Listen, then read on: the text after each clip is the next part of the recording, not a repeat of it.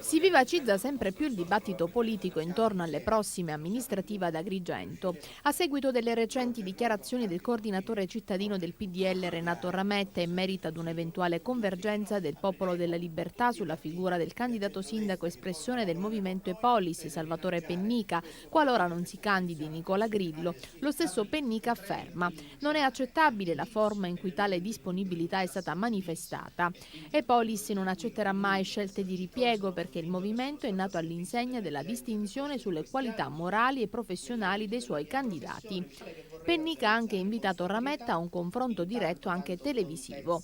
Nel frattempo la politica è in fermento. L'altro candidato sindaco, Giuseppe Arnone, ha commissionato ad Ipsos un sondaggio sulle elezioni comunali di Agrigento. I risultati sono in corso di elaborazione e gli esiti saranno diffusi nei prossimi giorni.